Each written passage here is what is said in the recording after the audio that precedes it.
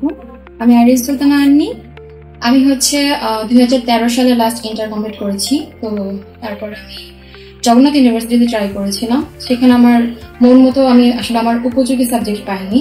তো পরবর্তীতে আমি আসলে সেশন জটেও পড়ে গিয়েছিলাম। তো সেক্ষেত্রে আমি একদমই ডিপ্রেশনে চলে গিয়েছিলাম। তারপর আস্তে আস্তে ভাবলাম যে নিজেকে গড়ে তুলতে হলে কিছু করতে হবে। তো নেক্সট আমি চিন্তা করলাম যে আমি বাইরে কোথাও অ্যাপ্লাই করি। তো ইউরোপে ঘোরাঘুরি করার পর মনে হলো যে না, সেখানে আমি 100% স্কলারশিপ পাচ্ছি না।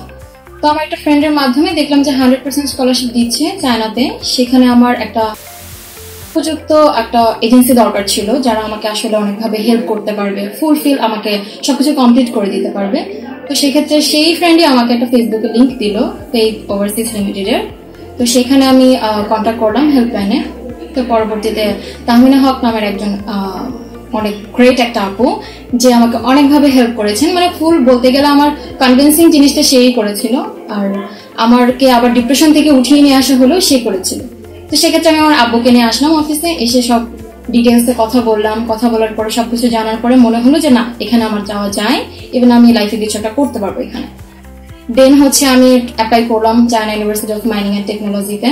আল্লাহর রহমতে আমার সেখানে অ্যাপ্লিকেশন করার পরে অ্যাডমিশন হয়ে গেল। তারপর আমার ভিসার জন্য অ্যাপ্লাই করলাম, ভিসাও আল্লাহ ভরসা হয়ে গেছে। এখন আমি নেক্সট বৃহস্পতিবার ফ্লাইট আমার চলে যাচ্ছি। দোয়া করুন সবাই, এবং অবশ্যই আমাদের এই যে আমার ভিসাটা ঠিক আছে,